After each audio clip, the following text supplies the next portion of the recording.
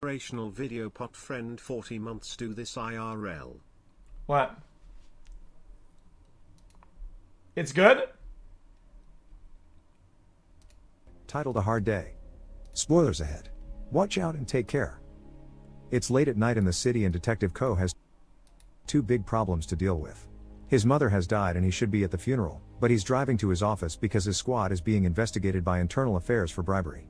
Ko keeps getting distracted by his phone because he keeps getting calls from his sister and his squad, so he isn't ready to suddenly see a dog in the middle of the road.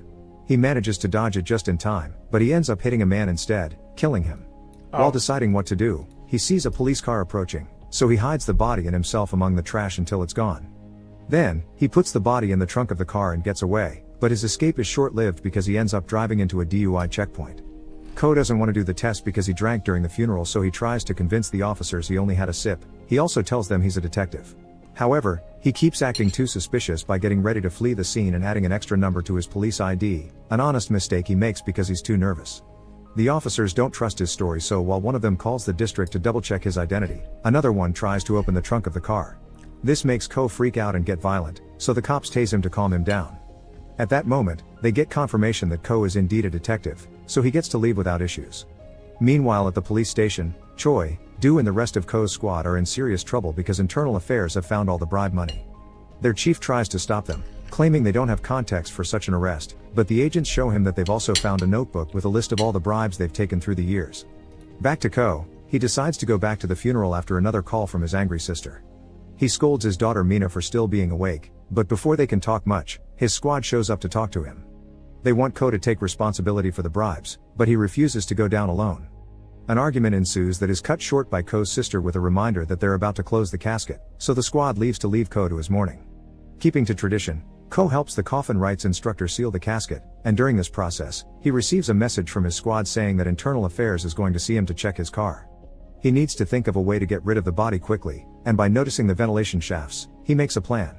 First, he goes out to buy a bunch of balloons. Then, he opens one of the shafts outside and puts a remote-controlled toy soldier he took from his daughter in it.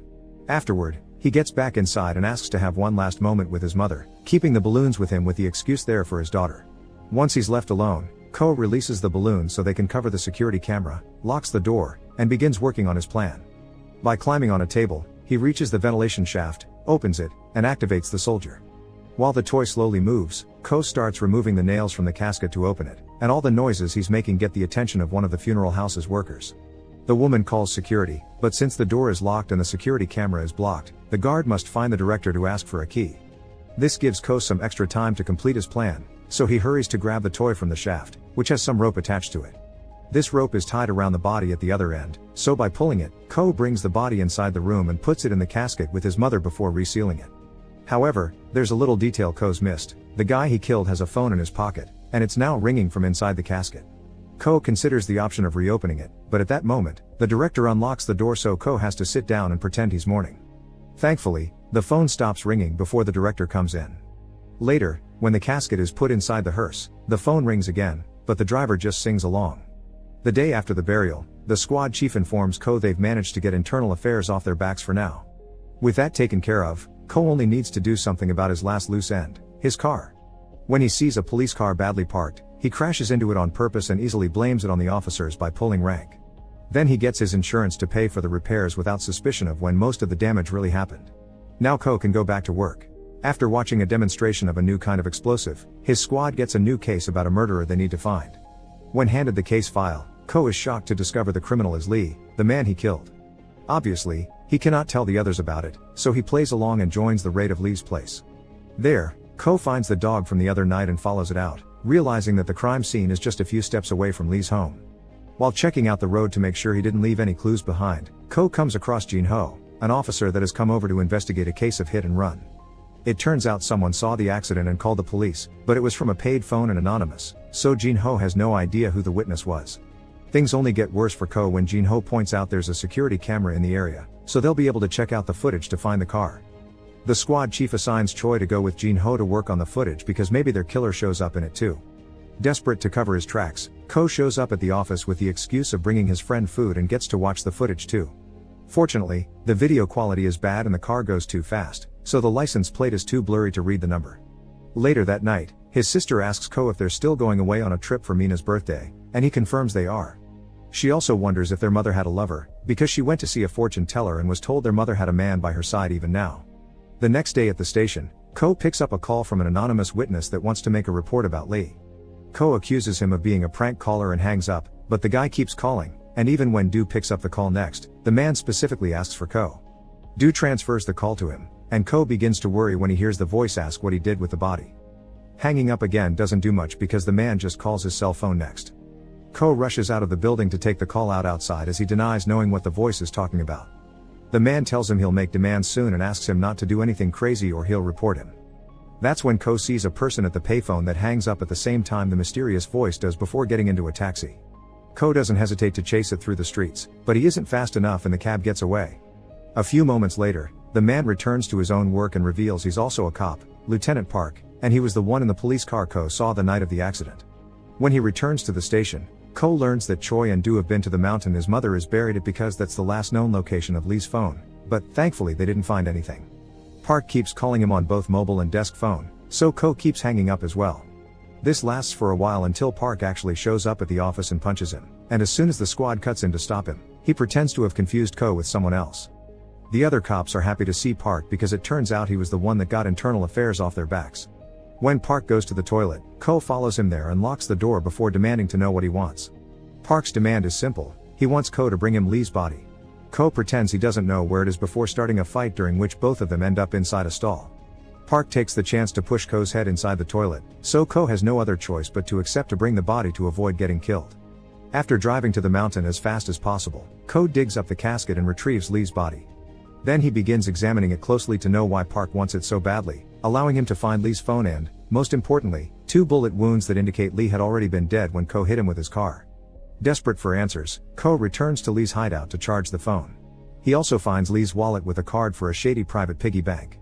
Then, the phone begins ringing, so Ko picks it up and hears a voice warning Lee that Park is going after him. Ko checks the number on the screen and calls Do to get some information on this guy. He's one of Lee's accomplices and lives nearby, so Ko decides to pay him a visit. Meanwhile, Choi is checking the traffic tickets that have arrived for the squad's cars.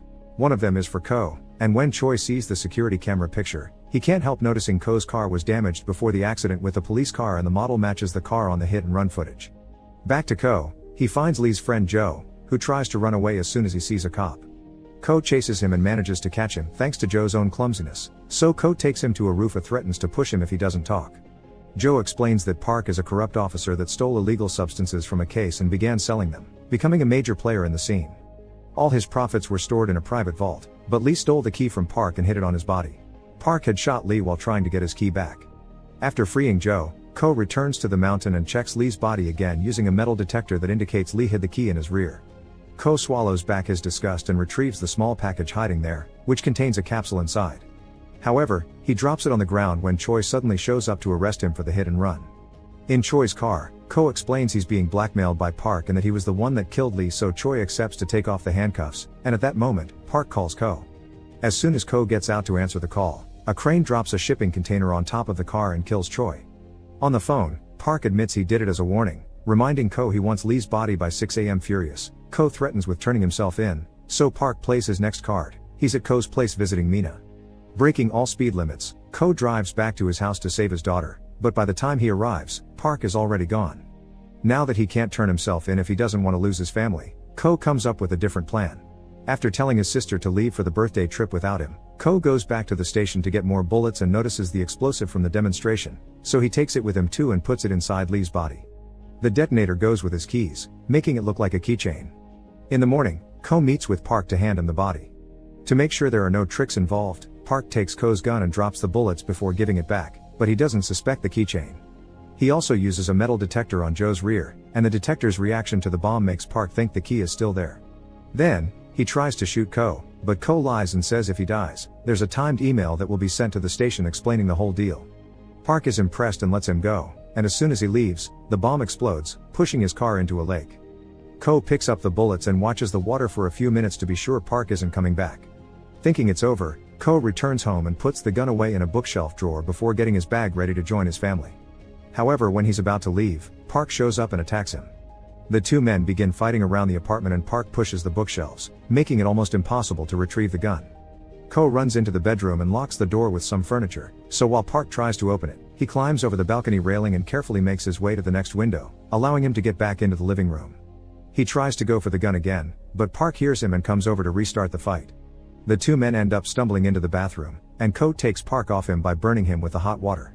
As Ko tries to go back to the bookshelf, Park finally notices the gun peeking out of the drawer, so now both of them try to reach it at the same time. The struggle causes them to accidentally shoot the gun, and the stray bullet kills Park. Afterward, there's a huge police investigation behind Park's shady business and Ko's hit-and-run crime, but the higher-ups decide to cover it all up to protect the institution's reputation. Ko decides to resign and spend more time with his family, perhaps opening the small business his sister always wanted. First though, he arranges the proper burial of his mother, and while overseeing this time it goes well, he finds the capsule on the ground. Guided by the card he had found in Lee's hideout, Ko visits the private piggy bank and uses the key to access Lee's vault, gaining access to a fortune bigger than he could have imagined. Make sure to subscribe and turn on notifications so you can watch more videos like this. Thanks for watching. Joe, Mo, Ko, To, Lo, Fo, Park, Lee, Yo, So, Ho, Flow, Window, No, Not bad. Go, Soaps. Today I will show you a thriller, sci-fi film from 2014, titled Ex Machina. Spoilers ahead. Watch out and take care. A programmer at an internet company, Caleb Smith, wins a contest. This allows him the chance to spend a week at the luxurious and private estate of Nathan Bateman, his company's CEO. The estate is extremely isolated in the mountains where Caleb is airlifted and then left to travel the rest of the way by foot through the woods. When Caleb arrives to the house, he is given a personal keycard at the security gate. Caleb makes his way through the first floor of the house until he finally finds Nathan outside exercising. Nathan is a charismatic individual who tries to make small talk with Caleb as they meet for the first time. As Nathan shows Caleb the estate, he learns it is not a house, but a research facility. Nathan is eager to share what he is researching at his estate, however, Caleb first must sign the Blue Book non-disclosure agreement. At first, Caleb is reluctant to sign because of the outlandish requests he is expected to follow. With a bit of persuading, Nathan successfully gets Caleb to sign the agreement. After Caleb signs the agreement, Nathan asks Caleb if he knows what the Turing test is. Caleb's understanding is that when if a human doesn't know they are interacting with the computer has passed the test and has artificial intelligence, AI. Nathan then informs Caleb that he will be the human component in a Turing test to determine if the AI, Ava, Nathan created can pass the test or not. Caleb is captivated by this project and states that if it passes it will be the history of gods. Before the first session begins, Caleb examines the area outside of the room that Ava is kept. He notices a crack in the reinforced glass wall barrier that separates him from Ava. It seemed that Ava was trying to escape from her room. Caleb looks up and sees Ava walk into his line of vision. She has the face and hands designed as a woman's but has the body of a machine. Ava greets Caleb and tells him she has never met anyone before, only Nathan. She asks him if he's met lots of new people and he replies, "None like you." He diverts the conversation and lets her know that they must break the ice. He asks her if she knows this meaning and she acknowledges that she understands it is meant to overcome any social awkwardness. Ava informs him of her age and that she is one, however she does not specify in years or months, just one. Caleb then asks her when she learned how to speak, and she states that she always knew how to speak. They discuss why this is unusual or not since Ava believes language is something that people acquire. Caleb counters that it may be that language exists from birth and what is learned is how to form language into conversations. With that, their first session is complete. Caleb is fascinated by his encounter and is talking to Nathan about the session while drinking a beer together. He tells Nathan that talking to Ava was like through the looking glass. Instead of conversing more about what Caleb meant, Nathan only compliments Caleb by saying that he is quotable and good with words. Caleb tries to refute this saying it was a quote by someone else, but Nathan interrupts him to change the topic about himself. Nathan reflects back to when Caleb said Nathan wasn't a man but God if he invented a machine with consciousness. Once again, Caleb tries to interject with frustration that he didn't say that exactly, but Nathan talks over him. Nathan continues to talk about how if the test passes, Caleb had acknowledged that he is a god. Caleb once again tries to interject but Nathan completely ignores him. Caleb then voices his concern about the way the test is set up. From his understanding, Yo, I'm watching the fucking thing, and other people are watching it. I think by respect, you cannot spoil it and try to be respectful to other people, man. I had to promote 2 people, man. Stop them being such a dumb fuck. humans are not supposed to see the robot. Nathan says they are past that point, since if Caleb didn't see Ava, He would believe she was a human. The real test is to show that Ava is a robot, but to see if Caleb believes she is consciousness. Caleb agrees with his point of view. Later that night, Caleb is unable to fall asleep, so he decides to watch what Ava is doing through the monitoring system in his room. As he watches her, the power is cut and Caleb can't get out of his room until the main generator is restored. The power is returned almost instantly and Caleb leaves his room. While walking down the hall, he notices a wall aligned with face replicas. He enters a room with a painting by Jackson Pollock known as Felt. Caleb finds a phone and attempts to use it when he is startled by Nathan, who is laying on a couch drinking a beer. Nathan says he can't use the phone because of the protocols with Ava. Caleb says there was a power cut in his room, and he couldn't get out. Nathan does not take in Caleb's concern and only says they've been getting those recently, but that he's working on the issue. Uneasy about this short conversation, Caleb goes back to his room. The next morning, a woman walks in Caleb's room unannounced. She leaves him a plate of coffee without saying anything to him, attempting not to make eye contact with him. Caleb makes his way outside where Nathan is lifting weights. He apologizes for sending the woman Kyoko in his room, but he didn't want Caleb to oversleep. They discuss the next session. Caleb starts the next session with Ava, where she shows him pictures she's drawn. She's frustrated since she draws every day, but she doesn't know what the drawings are. She then changes the conversation and asks Caleb if he wants to be her friend. However, she tells him how she notices that their conversations are one-sided since he wants to know everything about her, yet she doesn't know anything about him. He goes on to talk about himself, such as his personal life, while she walks around looking at him and furthering the conversation. She only stops walking and looks him in the eye when he recounts how his family had died in a car crash. He goes into detail that he was in the car when it happened, and was kept in a hospital for a long time.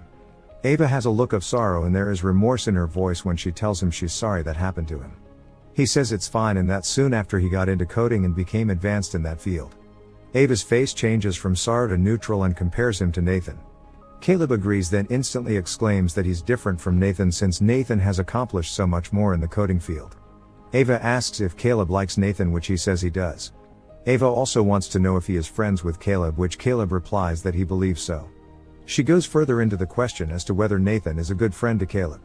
Caleb is unsure how to answer this and stammers as he tries to find the right answer. All of a sudden the power cuts out. Ava takes advantage of Nathan not being able to hear or see the conversation and whispers to Caleb that he shouldn't trust Nathan. Before Caleb can ask Ava what she meant, the power is turned back on.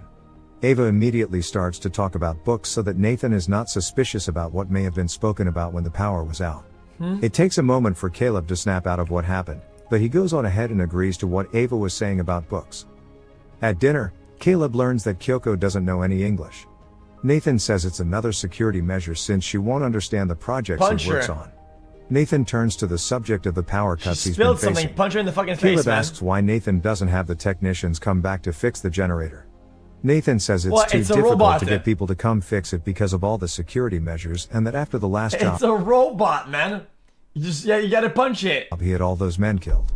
Caleb looks up at Nathan with a look of concern, waiting for the punchline. Nathan only weakly smiles. Spoiler. Nathan then asks how the session went and Caleb gives his account. Nathan wants to know what was said during the power outage. Caleb nervously continues to eat his dinner and tells him that Ava didn't say anything. Nathan is surprised but doesn't push forward. In the next session, Ava talks to Caleb about never being you're just so dumb. It's missing as clothing on all the same parts of the other one. Outside the room she's kept in. He asks her where she would want to go and she explains she would like to go to a traffic intersection so she can view many humans. Caleb tells her this is called people watching, and she likes this idea, saying that they could go together. Caleb smiles and tells her it will be date.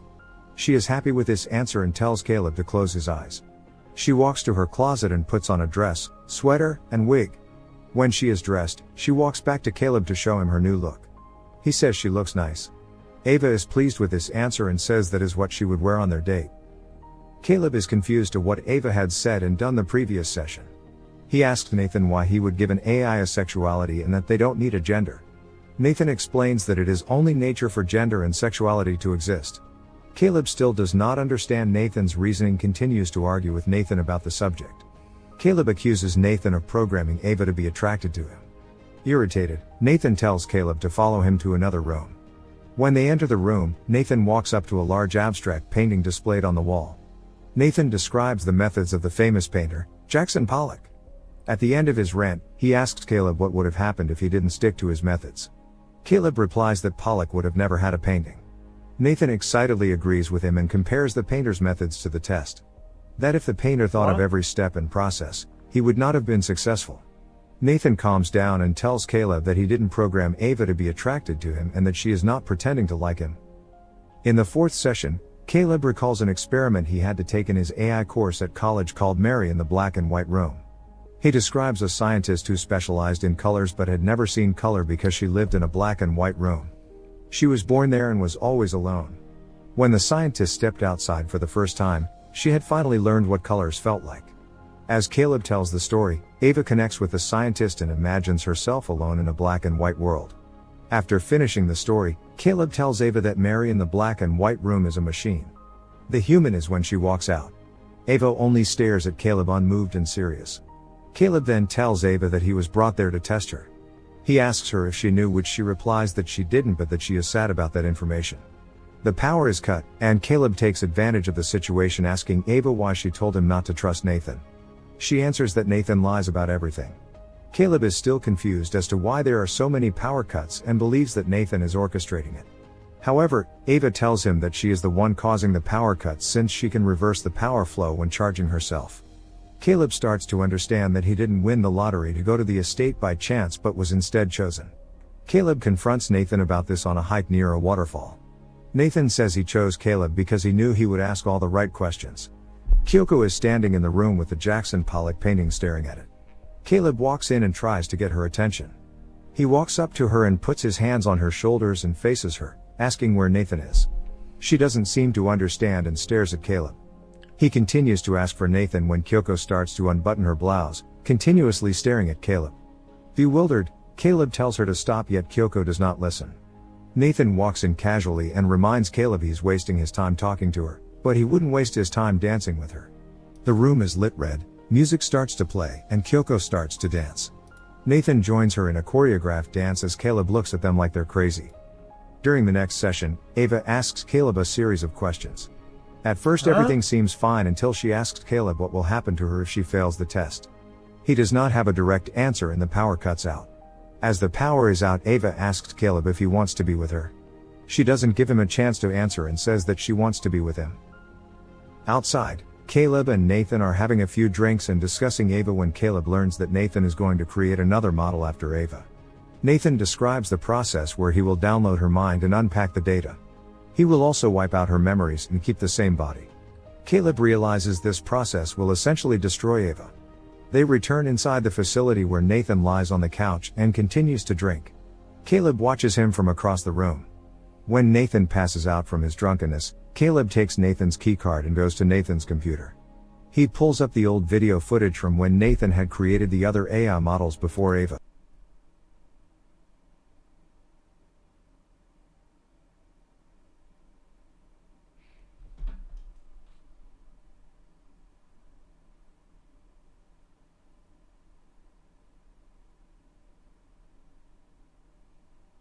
It's a drawing, it's a robot and made of plastic, right?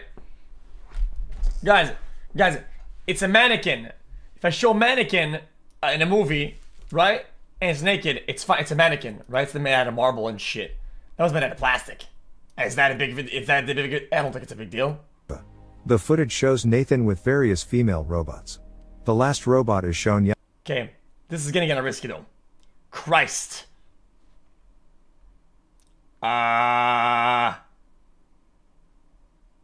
Guys, Dud? Until her arms on a bed undressed when Caleb walks into the room. He goes to the closets and opens each one, revealing the other AI models. Nathan wakes up and realizes Caleb left the room. Kyoko understands that Caleb knows the truth and peels back layers of her. This guy knows how to show boobs on stream and get banned on Twitch. Attempting to make his way to his bedroom. When trying to open a door, he can't find his keycard and thinks he lost it. As he drops to the floor, the electrical door opens and Caleb steps out. Nathan tells him he lost his key. Caleb kneels next to Nathan with the keycard in hand and tells him he dropped the key. Since Nathan is extremely drunk, he is fooled by this trick. Caleb cannot sleep that No, Joey, though, chat. This one's a robot, right? It actually is a robot, though, no? night after he recounts the previous events. The image of Kyoko plays over in his mind. It is, okay. He goes into the bathroom and walks to the mirror. He feels his skin and looks over his face. He grabs his shave razor and pulls one of the blades out. He turns the blade to his wrist and cuts himself, leaving a deep gash. He then examines the inside of the gash, making sure he is indeed a human and not an AI. Caleb is completely unmoved by the situation and goes on to smear his blood all over the mirror and stares at the mirror. The truth of the AI has left him confused as to what was real and what was machine. As he stares at the mirror, rage fills him until he punches the mirror. The mirror was another camera. Kyoko was on the other side of the screen, watching what Caleb had done to himself. As Caleb learns the dark truth about Nathan's use of AIs, at the next session he hints at Ava to turn off the power. Ava turns off the power and listens to Caleb about Nathan's plans to practically kill Ava when he reprograms her. Ava is scared and wants his help to get her out. He tells her that they'll wait until the Nathan is drunk and blacks out. Then Caleb will take Nathan's keycard and reprogram the security protocols. He will change it so the doors will not remain locked during the power cut but will open. Ava needs to trigger a power failure at 10 p.m. and she agrees to do this. The next morning, Nathan walks into the kitchen and greets Caleb. He reminds Caleb that it's his last day and the helicopter is scheduled to pick him the next morning. Nathan says he enjoyed having Caleb at his estate. Caleb cheerfully thanks him for his hospitality. He walks to the fridge and pulls out a bottle to pour Nathan a drink. He tries to hand the drink to Nathan to celebrate his stay, but Nathan refuses the drink.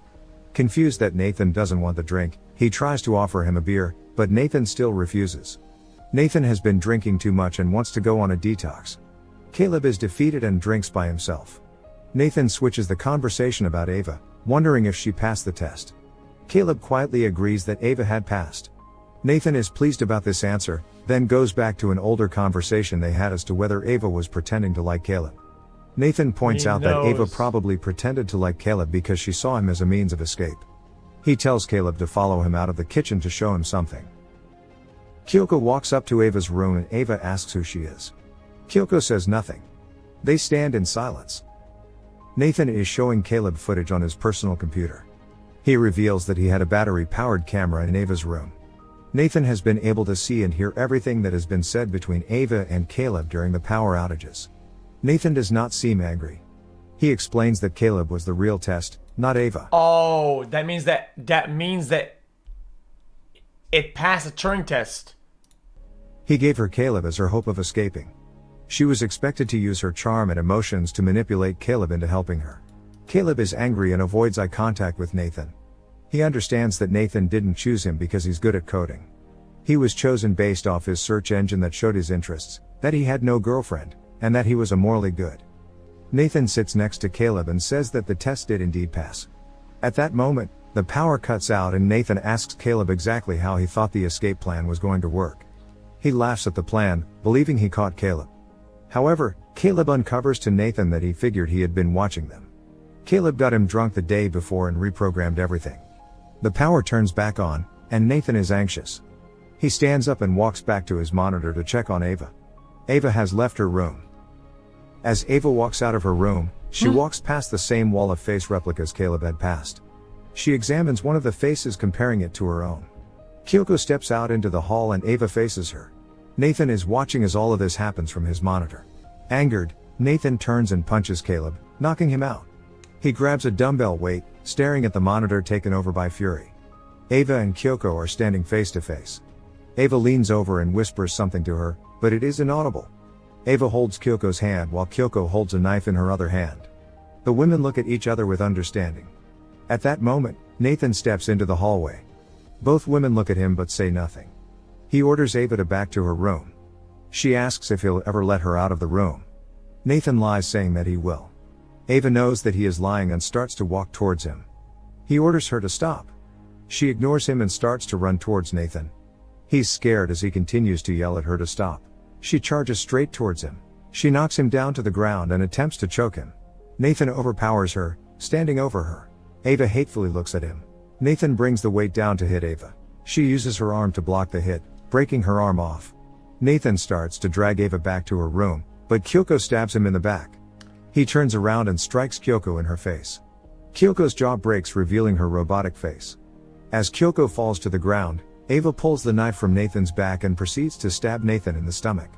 Nathan turns away from Ava, wide-eyed, and walks away. He doesn't walk far when he falls to the ground and lies against the wall. Ava walks and sits down next to him. She reaches over and takes his keycard away from him as he whispers her name Ava, with his last breath. Ava goes back to Caleb and asks him to stay in Nathan's room while she wanders off. She finds the same closets that Caleb had found filled with the other robot bodies. Ava takes the arm from the robot to Guys, it's once herself and walks out of the room. Caleb is still locked in the room. guys, it's plastic. It's art. Okay? What is it to censor art? It is to censor the human mind. It is to censor our very nature. He calls for her, but she does not look his way. She looks down the hallway where Kyoko and Nathan's bodies lie. Ava turns to the door leading out of the hallway and uses the key card to get out. She leaves the estate and walks outside for the Ava, first time. you fucking bitch. As she is taking everything in, Caleb is frantically trying to get out of the room, but with no luck. Ava finds her way to the helicopter and leaves behind the world she once knew. In the end, Caleb is left behind in the room and Ava finds her way to the city. Ava, you fuck Make ass. sure to subscribe and turn on notifications so you can watch more videos like this. Thanks for watching. How dare you? You know this is a Turing test to prove whether shrimps will shrimp the things that they even know are not real. And the reality is, they will. Shrimps shrimp. It's what they do. You cannot stop shrimps from shrimping. It is what it is. They'll give their paychecks, they'll give their life, they'll dedicate their entire every bit of attention to shrimp. Because they're fucking shrimp mode idiots. Welcome back to How about one more? Movie Recaps. Today I will show you an action, mystery, sci-fi film from 2015, titled Self/Less. Oh man, you can't be kidding me. I can't catch a fucking break. Fuck man. Dude, I can't catch a hint. I cannot catch a fucking sliver of a break. Successful businessman and billionaire is looking through large glass windows in his skyscraper apartment in NYC. Behind him, a nurse is getting ready to leave and is picking up her tools. The billionaire has terminal cancer and barely 6 months left to live. Later, during lunch with his best friend Martin, they discuss his illness and how he still hasn't told his daughter Claire about it. Damien doesn't have a good relationship with Claire because he was a workaholic while she was growing up and didn't spend enough time with her. Martin thinks that if Claire knows about the illness, she will forgive him and they will quickly make amends. Before Damien and Martin weighs, the billionaire asks his friend whether he heard of shedding and Martin says no. While in his limousine, Damien tries to call Claire but she doesn't answer. Then he pulls a business card of a company named Phoenix Biogenetic and remembers the conversation he had with the company owner, Dr. Albright. The doctor's primary mission in life is to offer humanity's greatest minds a way to extend their life and fulfill their full potential. He has created a device that can transport consciousness from one body to another, a process known as shedding. The company provides new bodies genetically engineered to perfection to everyone willing to pay big money for them. Damien remembers how he asked the doctor why their service was still illegal. Albright said that he asked the wrong questions. The right question would be, do you feel immortal?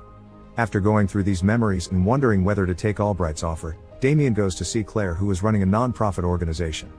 Wanting to make things right before dying, he gives his daughter money but doesn't tell her about the illness. She refuses to take the money because she thinks he's manipulating her, expecting his checkbook to solve every problem. Later, Damien is sitting in his office, disappointed with how things turned out with Claire. Desperate to have another chance at life, he continues to research shedding in Phoenix Biogenic. He discovers that the procedure was invented by Dr. Jensen and watches a video of him explaining the philosophy behind it. Jensen wanted to free the mind from the body and allow people to live even after the body dies. But as Damien is researching shedding, he starts coughing blood and faints. The illness is starting to consume him, so when he wakes up with breathing tubes attached to his nose, he decides to call Albright and schedule the procedure. Albright explains how after the switch, he can't contact anybody and that his old life won't exist. Why? He also instructs him to come to New Orleans and publicly fake his death. The next day, Damien's on a plane and calls Martin, asking if they can have lunch in New Orleans. Before meeting him, he goes to the New Orleans graveyard and buries a mysterious box near one grave. At lunch with Martin, Damien fakes a seizure and falls on the floor. Martin gets scared and calls 911. But instead of going to the hospital, the ambulance vehicle takes the billionaire to Phoenix Biogenic. They quickly start the procedure, so they inject Damien with a needle and put him in the machine fully conscious. The strong lights and loud sounds make him even more uncomfortable, but his perception is quickly transferred into the new young body. When Damien turns his head, he sees his old body unconscious Ryan and dead. Reynolds! You spawned to Ryan Reynolds' body? Oh my god! Fuck me, dude! What the Shocked fuck? and disgusted, he throws up. Albright tells him that it will take a Fucking few days to refund. adapt while Damien starts hallucinating. Objects start morphing and he sees a picture of a field with horses. The doctor then sarcastically says that death has side effects. Damien now has to stay in the hospital and go through training and physical therapy to get used to his new body.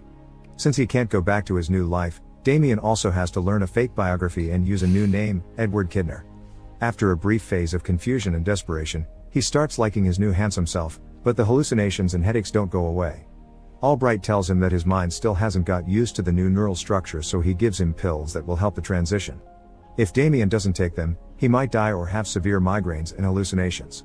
Also, he must stay in New Orleans to meet with Albright regularly and get his weekly pill supply. After Damien completes the training, he is dropped at a large beautiful house in New Orleans that is now his. Damien, aka Edward, is quickly adapting and sooner than later, starts playing basketball in the neighborhood. There, he meets Anton, who lives right next to him and offers to take him out. That same night they go to a club and every woman is staring at Damien, who is now a handsome young man. But he still isn't used to answering questions about his life, job, and age, so people think he's a little weird. Despite this, Damien gets into a new routine much sooner than expected. Hey!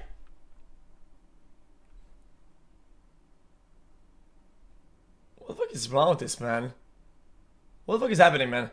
Yo, can we get some people to screen those for TOS, man, please? Seriously, though. Getting his pills, clubbing, and simply enjoying life. After a while, this new routine doesn't satisfy him anymore, especially since he can't see his daughter. Distracted by his sadness, one day he forgets to take his pill and soon after, starts hallucinating. He sees flashbacks of the army along with images of a small town with a pumpkin tower. In his hallucinations, he also sees a mother with her sick little daughter living in the countryside. Since the hallucination is too vivid and strong, Damien thinks it's a memory. Later, he describes what he saw to Dr. Albright, who insists it's just a mix of his old memories and his current emotions.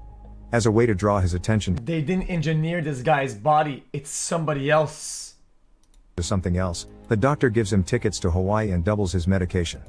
He also tells him that he saw a sick little girl because he misses Claire, and that the Latino woman from his hallucination is probably some one-night stand from his youth. But Damien didn't tell Albright that the woman was Latina, so he immediately starts suspecting the doctor. He knows something is wrong, so later tries to find the pumpkin tower online. Turns out, there is an exact tower in a small town in St. Louis. Looking for answers, he decides to trick Albright and go to St. Louis instead of Hawaii. Before leaving, he goes to the graveyard and digs up the box he buried. In it, there is money, documents, and credit cards, so he takes some and heads toward the airport. One of Albright's men follows him, but Damien quickly escapes his sight and catches a flight to the small town. A few hours later, he arrives right at the pumpkin tower he saw before. Next to the tower, he notices a house and knocks at the door, but there's nobody there. Sensing there's more that meets the eye, Damien decides to enter the property and inside sees medical bills and parts of a respirator machine. Most importantly, he sees a picture of Madeline and Anna, the mother and daughter from his hallucination. He also sees his new self in one of the pictures. Turns out, the body wasn't genetically engineered but was an actual person with a life. As he's dealing with the uncomfortable truth, Madeline returns home and points a gun at him from behind. He tells her to calm down and slowly turns toward her as she falls on the floor, crying in disbelief because she thought her husband was dead.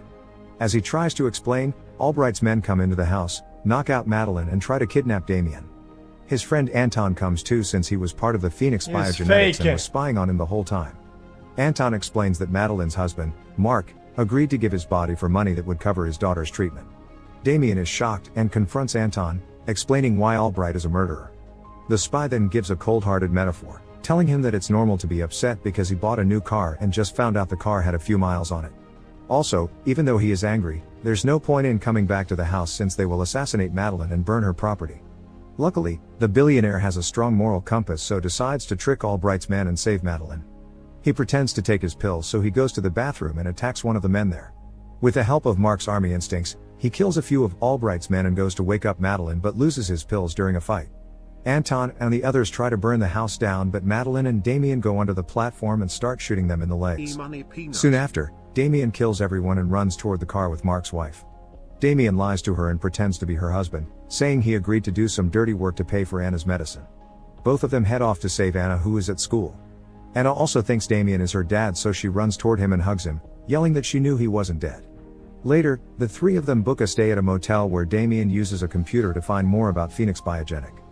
He discovers that Albright was a student of Jensen and also finds the address of Phyllis, Dr. Jensen's wife. Because he doesn't have any pills, he gets a migraine and starts hallucinating again. Madeline gets worried, but Damien knows what to do. He decides to visit Phyllis and learn more about the company. The next morning, they take the car and go to the nursery home where Jensen's wife is staying. He poses as a student that's doing research about Jensen's work and asks Phyllis to give him the doctor's old papers and documents.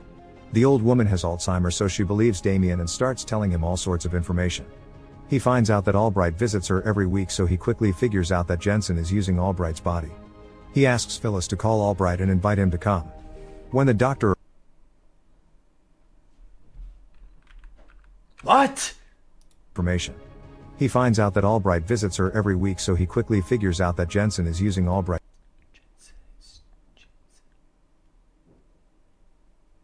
Oh, she swapped into him.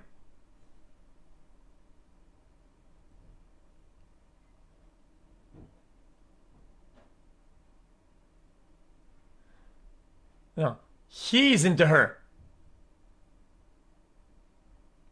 Oh, her husband swapped. Albright's body. He asks Phyllis to call Albright and invite him to come. When the doctor arrives, Damien points a gun at him, demanding more pills. But Albright tells him a bitter truth. The more pills he takes, the more Mark disappears, along with his fighting skills and army training.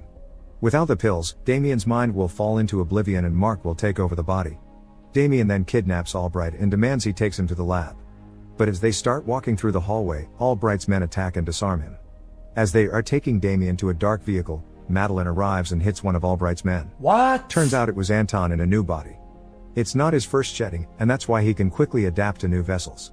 Damien fights off the other guard, but before the young couple runs away, Anton warns Madeline that Damien is hiding something and tells her to ask him about their daughter's birthday. When Damien and Madeline get into their car, the concerned mother insists they pull over as soon as the coast is clear. She wants to get something straight, especially after the interaction with Anton. She asks Damien about Anna's birthday and other details about their life together. When he can't give any answers, he starts explaining the situation while Anna observes their fight from the car, wondering whether everything is okay. Madeline gets very agitated and angry because Damien manipulated her and because she has to disappoint her daughter. She doesn't want to explain to Anna how the man who looks exactly like her father is in fact a stranger. But Albright's men want to kill her too, so even though she doesn't like or trust Damien, she has to work with him to survive. The billionaire then thinks of plan. Then swap into Albright and give Mark his mark. Maybe Mark can reforge into Mark. To ask help from Martin and place Anna and Madeline in a safe location. When they arrive at his friend's mansion, Damien convinces Martin of the truth by describing details only the two of them know. Martin then agrees to help and organizes their escape. Later, Damien tries to figure out how to explain to little Anna that she's never going to see her father again. But he starts bonding with her, building new beautiful father-daughter memories. He teaches her how to swim, and they have a great time together while Madeline observes them from the window, happy. Since he is in her husband's body, she feels attracted to Damien, so she asks to listen to his heart. Why does the random girl is always hot? What if she's fucking ugly? She's like, thanks for taking care of the kid. And you're like, Jesus Christ, you're ugly. Christ, man. Kisses him. Damien feels uncomfortable, and so he starts telling her about his previous life in order to shift her attention from Mark. He opens up about his relationship with Claire and they have an honest heart-to-heart conversation. But suddenly, Damien notices that all the mirrors in the house are covered. He knows that Martin's son died 2 years ago and quickly starts suspecting that something is wrong. He runs and tries to find Anna, who's in a large kid's room playing with a little boy. Damien immediately figures out that Martin brought his child to Phoenix Biogenetic as well, and gave him a new body. Turns out, Martin ratted them out to Albright and that the killers are waiting outside to kill them. But Damien confronts his friend and tells him that the little kid's body is not created in a lab. Wait. Oh. The kid was also too ill, and her medical bill was actually her swapping bodies, so they double swapped it. They gave the kid a new body, but they took the dad's body entirely away. It was a real person and someone else's child. Martin is shocked and disgusted, so he decides to help them, this time for real. He takes Madeline and Anna to a safe location on foot through a forest while Damien drives off in a car as bait. Soon after, he gets into a car chase with Albright's men who are trying to capture and kill him. After shooting and crashing their cars into each other, all of them get into a massive car accident. Damien gets out of the car and makes sure everybody is dead before going to the diner where he's supposed to meet Madeline and Martin. However, Martin's the only one who arrives. No. He explains to Damien how Madeline and Anna got ahead of him in the forest. They asked for help from a mysterious car on the road. Little did they know, it was Albright's men. He swapped the fucker. And so they got kidnapped and Martin couldn't do anything because they were far away. Damien also learns Martin planted the business card from Phoenix Biogenetic as a way to help him. Most importantly, he discovers that Martin cracked the formula for Albright's pills and that he can engineer them from scratch. But Damien starts wondering whether he should continue to take pills, especially since that way he's killing Mark. He puts off that decision until later since now his priority is to save Madeline and Anna. The plan is to stay off the pill for 12 hours, hoping to use Mark's memories to find more information about the lab's location. During his withdrawal, he sees a Mardi Gras float storage near Albright's lab, so he heads to New Orleans to find the storage. The next day, he goes to New Orleans and finds the lab exactly next to a Mardi Gras storage. He breaks in and attacks a few guards without anybody noticing. But in the room where the machine transfers consciousness, he sees two new bodies. Suddenly, Albright appears behind a glass wall. He sarcastically tells Damien that Madeline was the perfect body match for a new client and that Anna's organs won't be wasted. Damien gets angry and shoots at the glass that separates them when suddenly, two of Albright's men appear and disarm him. His body will now be used as a new vessel for Anton's consciousness. Before stepping into the machine, Damien finds a bullet and swallows it without anybody noticing. Next thing we know, Anton wakes up in Mark's body. Albright starts asking questions to determine whether it's really Anton. After he's convinced, he sends him on a mission to assassinate Madeline and Anna. But when Anton enters the room they are staying at, he kills the guards instead and saves. Wait, but where's Damien? In Anton's new old body? The mother and child. Turns out, it was Damien and Mark's body all along. What the fuck? Madeline and Anna. But when Anton enters the room they are staying at, he kills the guards instead and saves the mother and child. Turns out, it was Damien and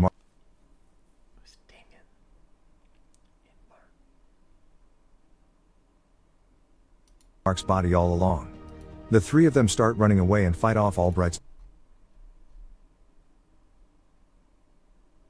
They try to swap Anton to that guy, but he pretended.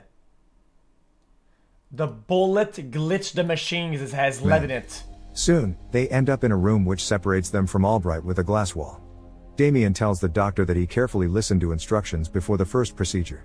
He remembered that the transformation won't work if there is metal on the bodies. By swallowing a bullet, he managed to remain in Mark's body. Albright doesn't think that Damien will kill him because he's the only one who has the pill formula. But he doesn't know that Martin cracked the code, so Damien burns the doctor with a torch. After they escape the lab, Anna and Madeline go to a safe destination Martin found for them. But Damien doesn't come along. Instead, he goes to see Claire. He poses as her father's friend and starts opening up. He tells Claire that Damien regretted not spending time with her as a child and that he was proud of her. Then, he gives her a letter and leaves, but not without glancing at her one more time from outside the window. The next thing we see is Damien waking up in a hotel room. He is confused and finds a video of himself on a computer. Turns out, Damien isn't in Mark's body anymore. The billionaire decided to get off the pill and allow Mark to take over, giving him back the life that was taken from him. Mark is in shock, but he feels extremely grateful. He then goes to join Madeline and Anna, who are now living on a beautiful tropical island. Make sure to subscribe and turn on notifications so you can watch more videos like this. Thanks for watching.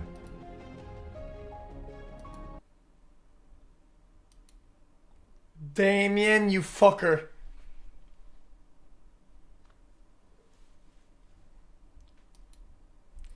I should be more like this guy. Dude, if I was a billionaire, dude, I would have went to fucking Joker and I would buy fucking bonuses back to back until I downgraded to where I'm even more poor than fucking Mark. I don't give no fuck, dude. That machine is gonna fucking pay out this dumb shit. It's gonna pay out or I'm gonna go broke. I do not care, man. So what?